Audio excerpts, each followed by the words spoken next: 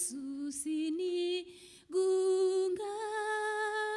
n'ubw'izindi nshuti zawe mukira n'ubwanyobora mu nzira iruhishe aho njyanye na Yesu ndanezerwa aho njyanye nawe ntakininyisha aho njyanye na Yesu b'amahoro njyanye na Yesu sinatinya urupfu niyo ngoswe n'umwijima w'icyago nziko nzakanguka ubutazongera kusharasharira muri iyi si mbi aho njyanye nawe ntakininyisha aho njyanye na Yesu b'amahoro aho njyanye nawe ntakininyisha aho njyanye na Yesu ndanezerwa iyo njyanye na Yesu b'amahoro.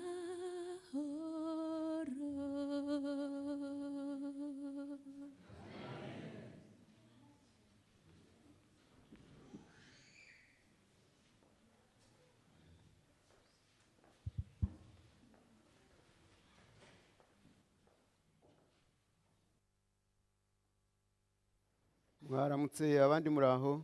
Bonjour à toutes et à tous. Aho njyanye na Yesu ndanezerwa. Là où je vais avec Jésus, j'ai la joie. Aho njyanye na Yesu mba mahoro. Là où je vais avec Jésus, j'ai la paix. Ndakeka yuko ibyo ngibyo ari Joseline n'ubwo yabiririmbye ariko byose ari ibyacu twese. Même si Jocelyne vient de le chanter, mais je pense que cela est pour nous tous. Ndashima Imana kuba tubashishije kugira ngo tuganire ku ijambo ryayo muri uyu munsi. Je remercie l'Éternel qui nous permet de nous entretenir sur sa parole aujourd'hui. Kandi namwe nizeye ko muyishima kuko twese yatubashishije kugira ngo tube duteraniye hano. Et je pense que vous aussi, vous le remerciez du fait qu'il nous a permis de nous réunir ici. Tugiye kuganira ku mutwe w'amagambo witwa ngo ubukungu buhishe. La parole que nous allons partager a pour titre le trésor caché. Turabibona muri Matayo igice cya 13 umurongo wa 44. Nous le trouvons à Matthieu chapitre 13 verset 44. Ubwami bwo mu ijuru bugereranywa n'izahabu zahishwe mu murima. Umuntu azigwaho arazitwikira aragenda umunezero umutera kugura ibyo yari atunze byose ngo abone kugura uwo murima. Ndabona babiprojese. Muri iyi Bibiliya ndasomye ngo ubukungu bwo ubwami bwo mu ijuru ngo bumeze nka zahabu, ariko muri Bibiliya nyinshi hamwe bavuga ngo ni ikintu cy'agaciro gakomeye. Izindi nko mu Gifaransa baravuga ngo le trésor caché. Ntabwo bavuga ngo ni zahabu cyangwa ngo ni iki n'iki, ariko turafata twese nk'ikintu cy'agaciro gakomeye. Ishobora kuba zahabu, ishobora kuba diyama, ishobora kuba peteroli, ishobora kuba n'ikindi cyose ariko gituruka mu butaka cy'agaciro gakomeye. Donc nous allons comme principe retenir que le royaume des cieux est un trésor caché, quelque chose de valeur. Umuntu ubonye icyo kintu cy'agaciro gakomeye aragenda akagurisha ibye kugira ngo agure uwo murima. La personne qui trouve cette chose de grande valeur, il vend donc il vend tout ce qu'il possède pour acheter le champ. Bibiliya ntitubwira ibikurikira nyuma yo kugura uwo murima, ariko buri wese yabyibwira. La Bible ne nous dit rien à propos de l'acte d'achat du champ. Umuntu ugurisha ibyo yaratunze byose akagwa mu murima, ntagenda ngo yicare ajye areba uwo murima gusa mvuge ngo urimo zahabu. Celui qui vend tout ce qu'il possède pour acheter son champ, il ne l'achète pas tout simplement pour le contempler. Birumvikana yuko hakurikiraho gucukura kugira ngo agere kuri ubwo butunzi buri muri uwo murima. Il y va de soi que l'acte qui s'ensuit est de creuser pour trouver le trésor caché dans son champ. Iri jambo gucukura niryo turi buganiraho hari cyane. Nous allons nous concentrer sur le mot creuser. Nkuko tubizi twese, kugira ngo ugere ku kintu cy'agaciro kiri mu murima, ni ukuvuga ko ugomba gucukura. Comme nous le savons tous, pour parvenir à une chose de valeur dans le champ, il faut creuser. Ibijumba, ibirayi, imyumbati n'ibindi bihingwa Les patates douces, les pommes de terre et les manioc et les autres plantations, ubigeraho udacukuye cyane. tu peux les arracher sans toutefois creuser profondément. Ariko ikintu cy'agaciro gakomeye hagomba ibikoresho n'ingufu nyinshi kugira ngo kigerweho. Mais une chose de grande valeur, il faut beaucoup d'instruments et de force pour y parvenir. Nkuko nabivuze, zahabu, diyama, peteroli n'ibindi by'agaciro Comme je le dis, l'or, diamant, pétrole et autres choses de valeur, ntabwo uzabisanga hejuru. tu ne peux pas les trouver superficiellement.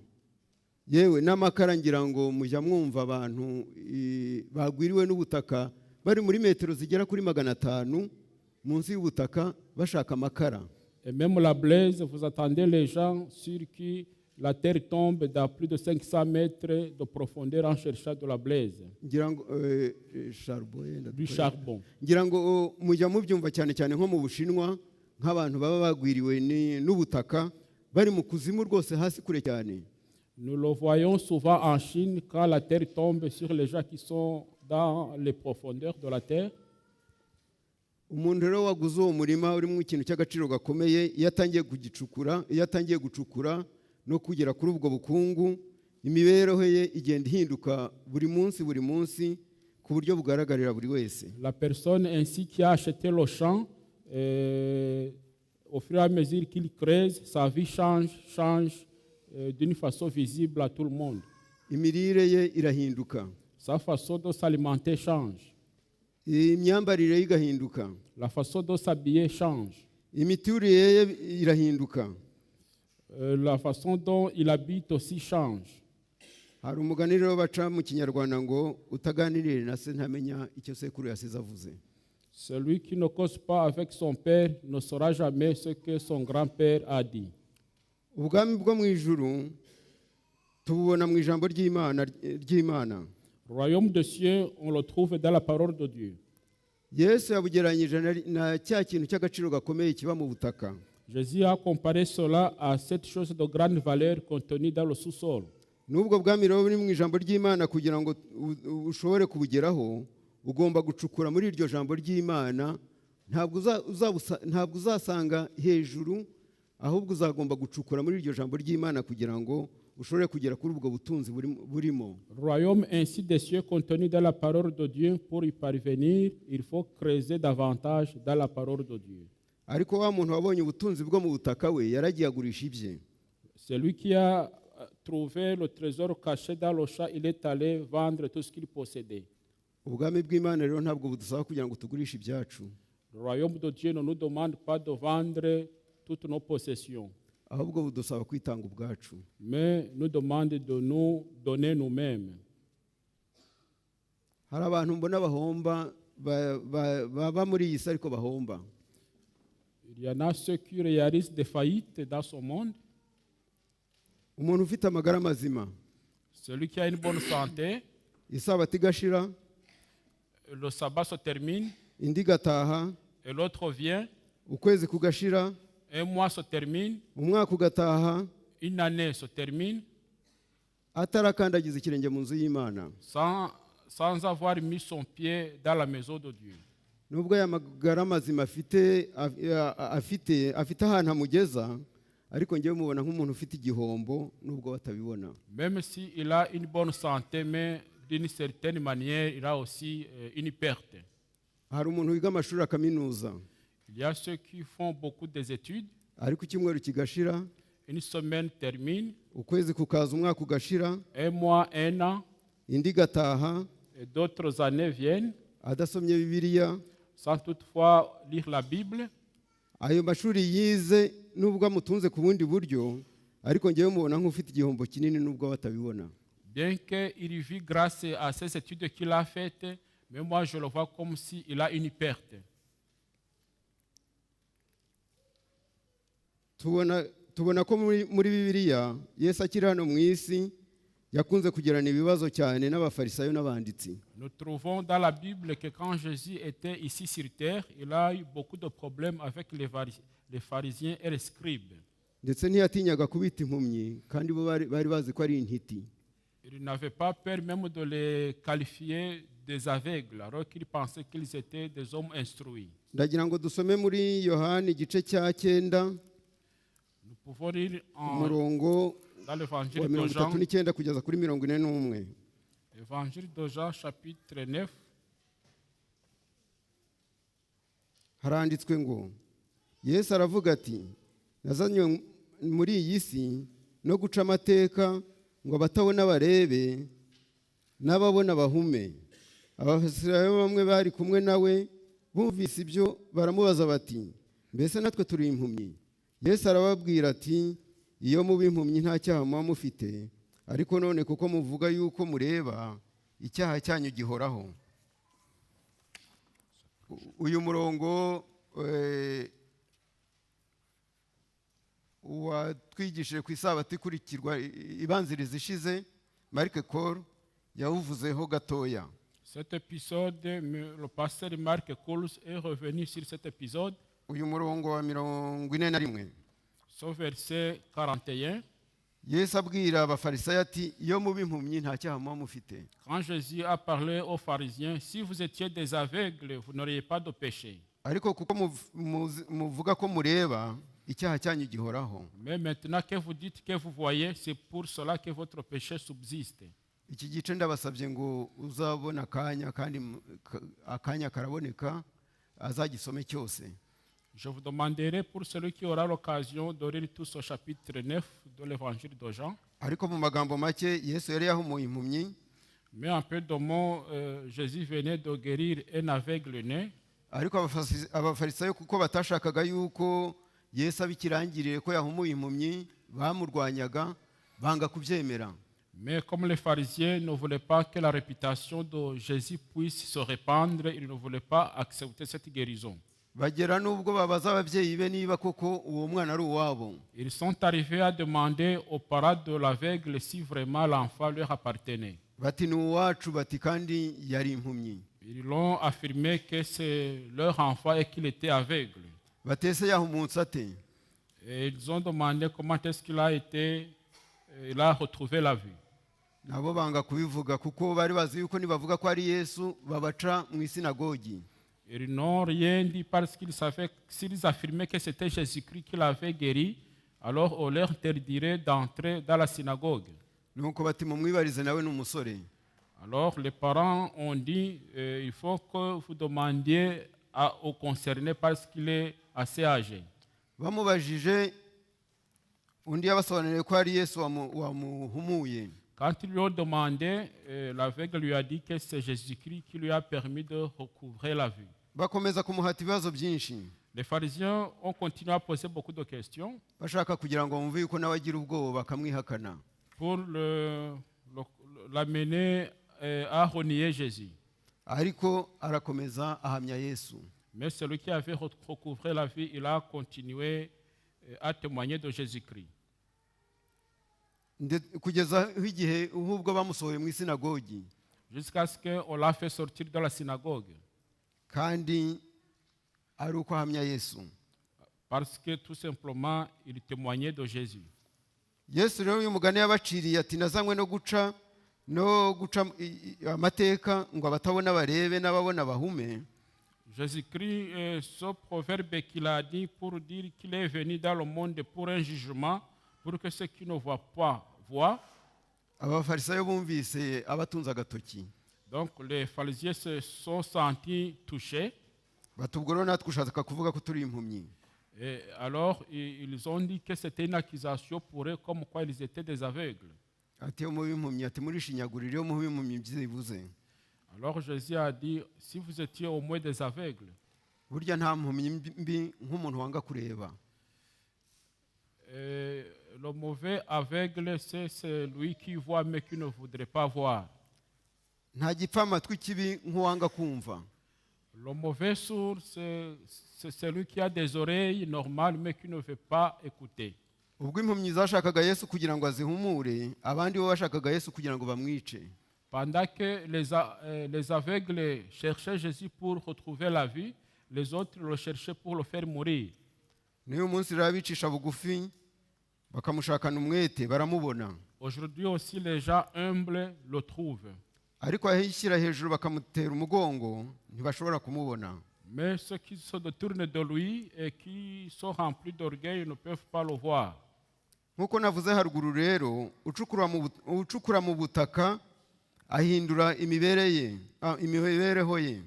Comme je l'ai dit, celui qui creuse dans la terre, il change son modèle de vie. N'ucukura rero mu bukungu bwo mu ijambo ry'Imana, mu byanditswe byera, nawe yagombye guhinduka. Celui alors qui creuse dans la parole de Dieu, il devrait normalement changer. Ucukura mu butaka yubaka amazu meza, akagura amamodoka meza, akagira ibintu byiza. Celui qui creuse dans la terre, il construit de belles maisons, il achète de belles voitures, il a de bonnes choses. Ucukura rero mu byanditswe byera, Celui qui creuse dans la parole de Dieu, nubwo n'amazu Imana itayatwangira itanga ko yaduha amazu meza, bien que ce n'est pas une mauvaise chose de disposer de belles maisons, ariko ucukura mu byanditswe byera niwe ubwe byubaka, mais celui qui creuse dans la parole de Dieu, il est édifié par cette parole, kuko aba yahindutse icyaremwe gishya. parce qu'il est transformé et devenu une nouvelle créature. Hari ijambo abanyarwanda bakunze gukoresha Il y a une parole que la culture rwandaise aime utiliser, risobanura abantu babiri, qui montre deux personnes, ariko abantu babiri batandukanye. mais deux personnes différentes. Ni ijambo bita umutindi. Dans ce qu'ils appellent quelqu'un qui est démuni. Hari uwo bita umutindi bashaka kuvuga yuko nta kintu atunze. Il y a celui qu'on qualifie de démuni parce qu'il n'a rien. Hari n'umuntu bita umutindi bitewe n'imyitwarire ye n'uburyo abana n'abantu. Il y a une autre personne qu'on qualifie de démuni par rapport à la façon dont il vit avec les autres. Hari n'uwo bashobora kwita umutindi kandi afite amamiliyoni n'amamiliyoni, ariko uburyo abaho, uburyo yitwara, bakavuga bati kanaka ni umutindi. Il peut être aussi qualifié de démuni même s'il a beaucoup de choses. None twabonye yuko abacukura mu butaka bahinduka bakire, Nous avons vu que ceux qui creusent dans la terre deviennent des riches. bikagaragarira abandi bamubona. Et cela aussi est visible par les autres qui le voient. None twibaze, wibaze, nibaze. Pose-nous la question, pose-toi la question, que je me pose la question. Ducukura mu byanditswe byera. Nous creusons dans la parole de Dieu. Ni ubukungu Imana yaduhaye bukomeye. C'est un trésor caché que Dieu nous a donné. Mbese tugaragara dute? Maintenant, qu'est-ce que nous reflétons à notre tour? Tugaragara nk'umukire cyangwa tugaragara nk'aho umutindi navuze wa kabiri, umutindi wo ku mutima? Est-ce que nous sommes des riches ou des démunis spirituellement? Byaba bibabaje wowe nanjye dukomeje kuba mu butindi kandi data wo mu ijuru yaraduhaye ubukire. Il serait regrettable que moi et toi nous demeurions dans la pauvreté alors que notre Père Céleste nous a donné la richesse. Ubukire butagira ikiguzi. La richesse sans prix. Icyo ni ikibazo dukwiye kwibaza. C'est une question que nous devrions nous poser Tukava mu butindi. pour que nous puissions vraiment abandonner la pauvreté. Umwana yadusomeye muri Timoteyo wa kabiri igice cya 3 ku murongo wa 16 n'uwa 17. L'enfant nous a dit dans le livre de 2 Timothée chapitre 3 versets 16 à 17. Haranditswe ngo ibyanditswe byera byose byahumetswe n'Imana kandi bigira umumaro wo kwigisha umuntu no kumwemeza ibyaha bye no kumutunganya no kumuhanira gukiranuka kugira ngo umuntu w'Imana abashyitse afite ibikwiriye byose ngo akore imirimo myiza yose. Toute écriture inspirée de Dieu est utile pour enseigner, pour convaincre, pour corriger, pour instruire dans la justice, afin que l'homme de Dieu soit accompli et propre à toute bonne œuvre. murabona rero ko dukwiriye gushimira imana kubera ubutunzi yaduhaye. Vous voyez combien nous devons remercier l'Éternel du trésor qu'il nous a donné, ariko tugashishoza, mais nous devons avoir le don de discernement.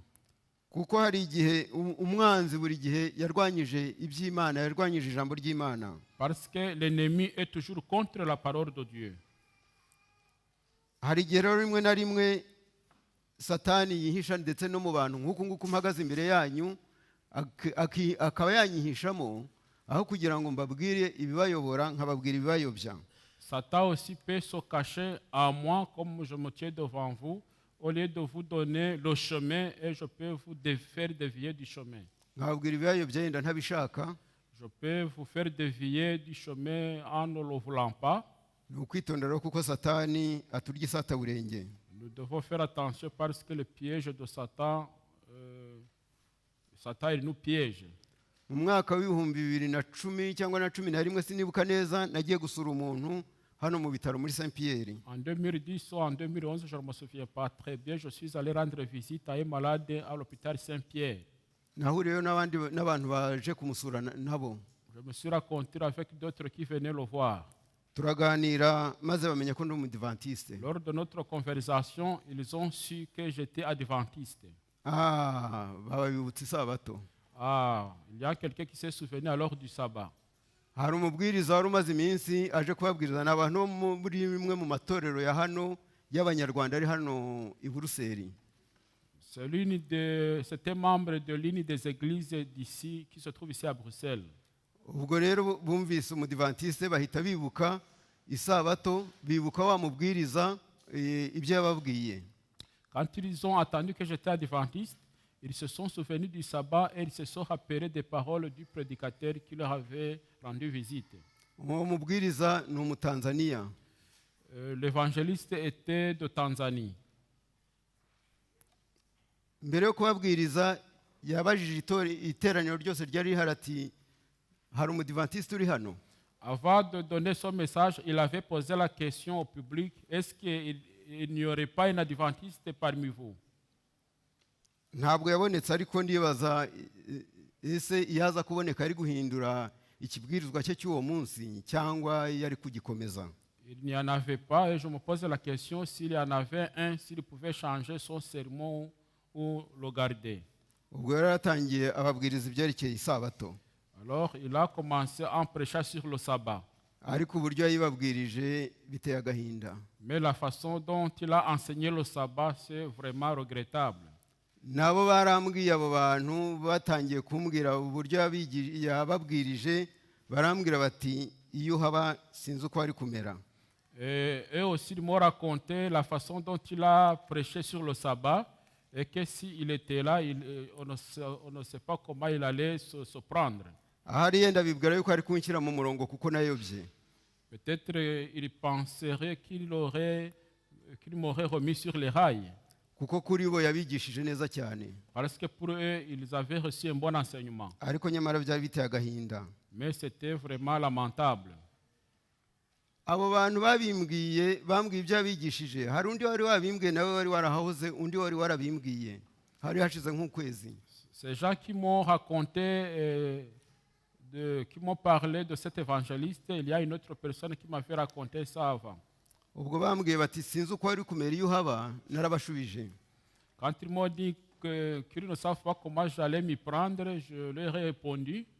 Narababwiye nti byari kumbabaza kandi n'ubu birambabaje. Cela pouvait me causer du chagrin, mais maintenant aussi je suis chagriné. Narababwiye nti kubona ababyeyi banyu bagurisha imyaka yabo. Je leur ai dit de voir combien vos parents ont vendu leur récolte. Bakagurisha amatungo yabo. Ils ont vendu leur bétail kugira ngo mubone minervari mujye kwiga. Pour que vous puissiez vous scolariser. None umuntu witiranye isabato n'abadivantiste akava muri Tanzania akaza akababeshya. Et la personne donc qui n'a pas la lumière sur le sabbat et qui vient de Tanzanie vient vous tromper. Namwe mugataha mubyina ngo mwafashijwe. Et vous rentrez aussi en sautillant comme dire pour dire que vous avez été aidé. namwe mugataha mubyina ngo kandi mufite ibyanditswe byera ngo mwafashijwe. Et donc vous rentrez avec la joie alors que vous avez vous-même la parole de Dieu. Birambabaje cyane. C'est vraiment lamentable. Narababwiye ntabwo yababwirije ahubwo yarabaroze. Je n'ai pas dit que, je leur ai dit qu'il n'a pas prêché, mais il leur a empoisonné. Ariko nibyo mu bihe bya nyuma ijambo ry'Imana ritubwira yuko abantu batazaba bashaka kumva ukuri ahubwo ko bazaba bashaka kubabwira ibihuje n'irari ryabo. Mais dans les derniers jours, la parole prophétique nous rapporte que les gens voudront écouter ce qui va dans leur sens. Nk'uko nababwiye rero sinavuga yuko uriya muntu wabigishije iby'isabato n'abatazi, sinavuga yuko yababeshya bishaka. Donc la personne alors qui a enseigné sur le sabbat, je ne peux pas affirmer qu'il le voulait. Ashobora kuba ariko nawe abizi. Peut-être que ses connaissances se limitent à ce niveau-là. Ariko ngo ntawe utanga icyo adafite. Parce qu'on ne peut pas donner ce qu'on n'a pas. Yesu ati iyo muba impumyi nta cyaha muba mufite. Jésus a dit, si vous étiez aveugle, vous n'auriez pas de péché. Atariko kuko mwibwira ko mubona, Mais parce que vous dites que vous voyez, nicyo cyaha cyanyu. c'est pourquoi votre péché subsiste. Kuki mbabwiye iyi nkuru? Pourquoi est-ce que je vous raconte cette histoire? Turebe mu byakozwe n'intumwa igice cya 17. Voyons en Actes chapitre 17, umurongo wa 10 kugeza kwa 12. Actes chapitre 17,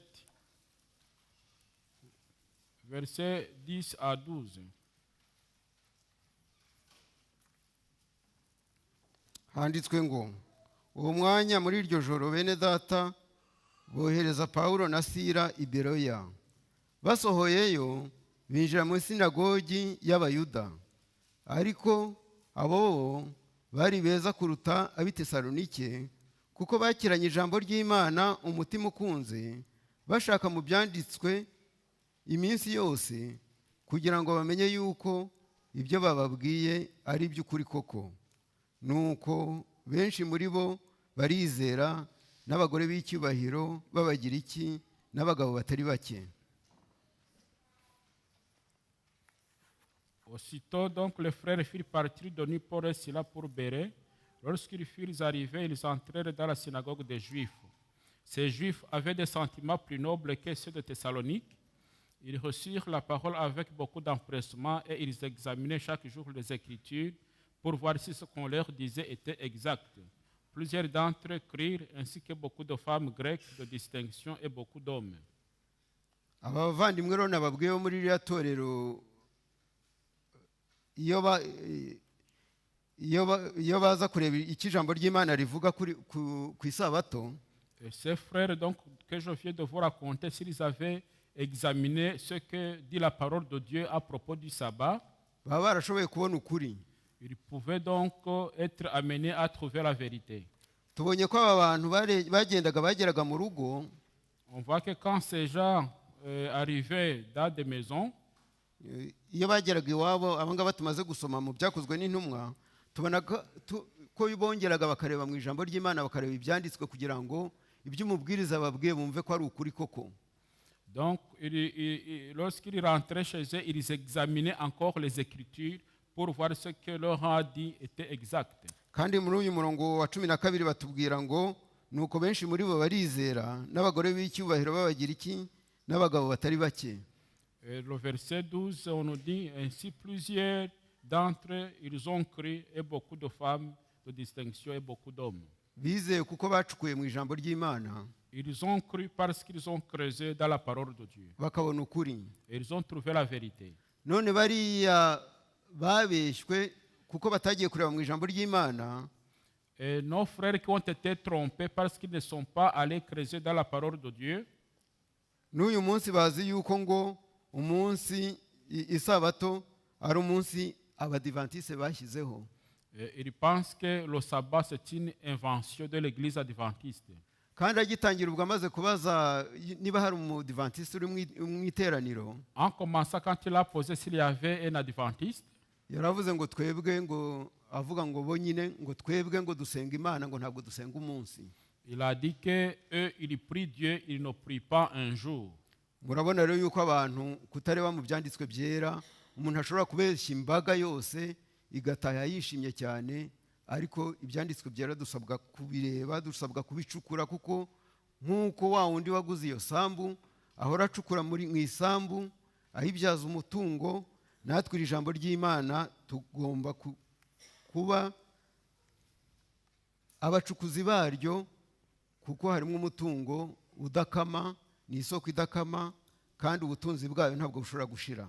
Il nous est donc demandé de creuser dans la parole de Dieu pour ne pas être trompés. Simvuze ngo tujye duhinyuza abatubwirije kugira ngo tubyemere, Je ne dis pas qu'on doit contredire ceux qui nous ont prêché, ariko no kongera kubireba mu byanditswe byera nabyo ntabwo ari bibi. mais de notre tour, nous devons encore une fois examiner ce qui nous a été dit. Aba bantu babeshywe n'uriya muntu bose ntawe udafite ibyanditswe byera iwe mu rugo. Ces personnes qui ont été trompées par cet évangéliste ont tous les saintes écritures dans leur maison. Hari abo tujya tuganira ku kazi bakambwira bati ntabwo twemera Imana. Sur mon lieu de travail, je m'arrive de causer avec ceux qui n'acceptent pas l'existence de Dieu. Nkababaza ntese ariko nta Bible ufite iwawe? Je leur pose la question, est-ce que tu n'as pas la Bible chez toi à la maison? Ati oui, ati mu kabati ndayifite. Et ils disent, oui, j'ai une Bible dans mon armoire. Bible ikibera mu kabati. La Bible donc est dans l'armoire. Urabona yuko afite ubutunzi yabubitse mu kabati, ashyiraho ngaho gusa arakinga. Donc on voit que la personne a un trésor qu'il a mis dans l'armoire et il a fermé. Nizeye yuko twebwe iki kirezi tuzi uko kera. Et je pense que nous connaissons combien ce livre est sacré et saint. Imana rero dufashe Que Dieu nous aide kugira ngo dushoboze guha umwanya ibyanditswe byera, pour que nous puissions accorder le temps aux saintes écritures. kandi nk'uko ubutunzi bwo mu butaka nyir'ukubugeraho ahinduka, Et comme celui qui parvient au trésor caché dans le champ change sa vie, natwe twemere kugira ngo ibyanditswe byera biduhindure. que nous acceptions d'être transformés par les saintes écritures. Imana ibahe umugisha. Que Dieu vous bénisse.